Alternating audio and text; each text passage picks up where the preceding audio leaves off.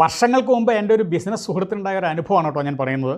ഇദ്ദേഹം ഇതെല്ലാം കഴിഞ്ഞ് ബിലാസ്പൂരിൽ നിന്ന് ട്രെയിൻ കയറി റായ്പൂർക്ക് പോകാൻ വേണ്ടിയിട്ട്. അപ്പോൾ സ്ലീപ്പറിൽ കയറി. അപ്പോൾ അവിടെ ഉള്ള അവരുമായിട്ട് കോൺടാക്റ്റായി, അവിടെ ഇരിക്കുന്ന ആൾക്കാരായിട്ട് അവരായിട്ട് സംസാരിച്ചു.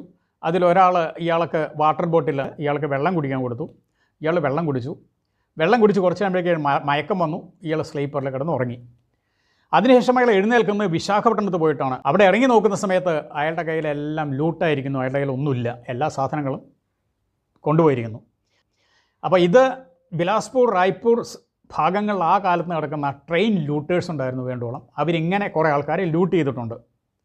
ഈ ലൂട്ട് ചെയ്യുന്നത്, ഈ സാധനം അവർ കുടിക്കാൻ കൊടുക്കുന്ന വെള്ളത്തിൽ കോബ്രയുടെ വിഷം വളരെ ചെറിയ അളവിൽ ചേർക്കുന്നു എന്നാണ് പറഞ്ഞു കേൾക്കുന്നത്. അങ്ങനെ കോബ്രയുടെ വിഷം എടുക്കുന്ന ആൾക്കാർ ബിലാസ്പൂരിൽ വേണ്ടോളം ഉണ്ടായിരുന്നു അത്രേ ആ കാലങ്ങളിൽ. മുതുനെല്ലിക്ക ആദ്യം കഴിക്കും, പിന്നെ മധുരിക്കും.